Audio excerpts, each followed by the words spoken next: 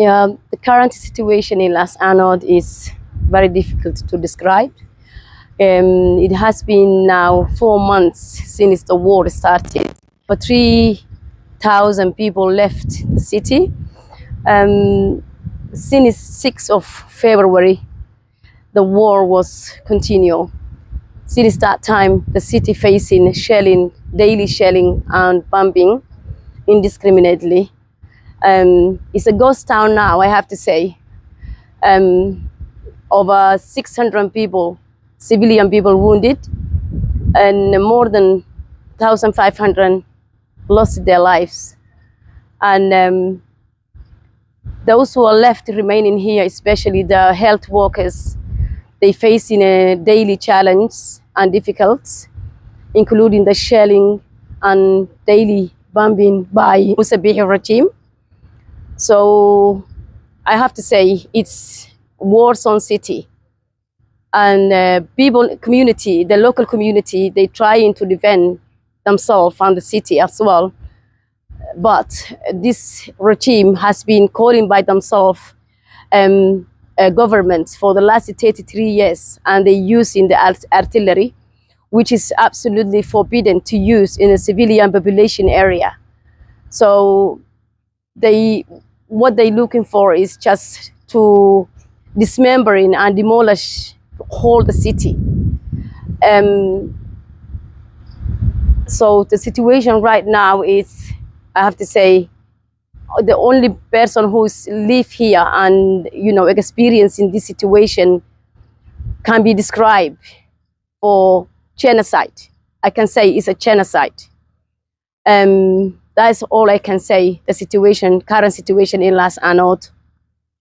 The scale of the damage, it's very wide. This regime has been targeted for in the populated area. They've been shelling for the hospitals. As you can see, this is a general hospital in Laascaanood. This is a pediatric department. This is the blood department. And so they've been targeting for the hospitals, and a lot of health workers has been lost their life here. At the same time, they've been targeting for the mosques and electricity and station, telecommunication station. So I don't know how to say in words what they've been doing here. I never seen in a war zone like this before. So the scale of the situation, it's completely chaos. There is no electricity in the city. 70% of electricity has been cut off, and telecommunication has been cut off. The population in Laascaanood being used in a mobile money. So when there's telecommunication cut off, nobody even can buy a bottle of water.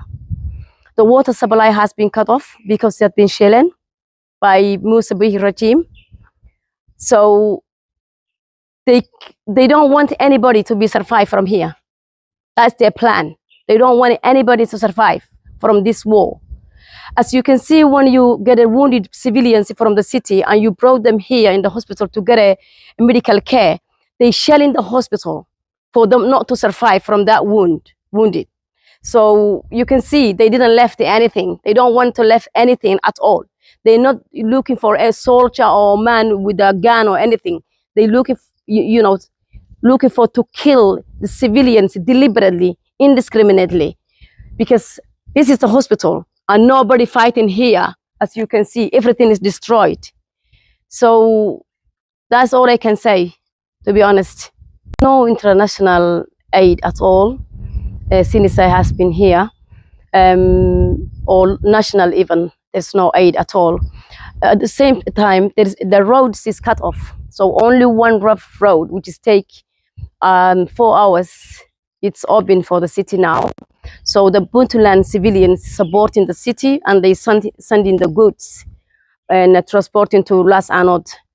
And there's no water supply. The city is relying on 30 kilometers away city to use the tankers to bring water here, as they shell the water supply station. There is no any local or international organization to help in Laascaanood since the war started, I have to say.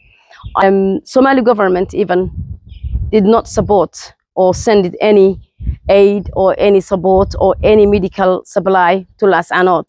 It seems it's separate city from Somalia, to be honest.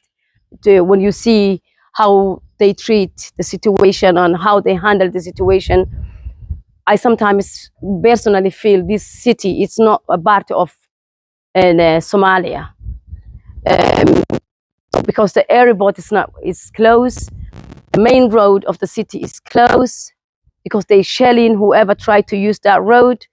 There's no, the local flights cannot come to the Laascaanood because of the safety. So it's isolated city right now. So, but the local community, whether they flee from the city or neighboring city, they trying to help inside the city to send water and then to send the medication, getting the neighboring in Puntland, and like a Garowe, Bosaso, Galkaayo. That's where we get in the support, whether it's food or water and medication, thanks to them. But there's no any other international or national support.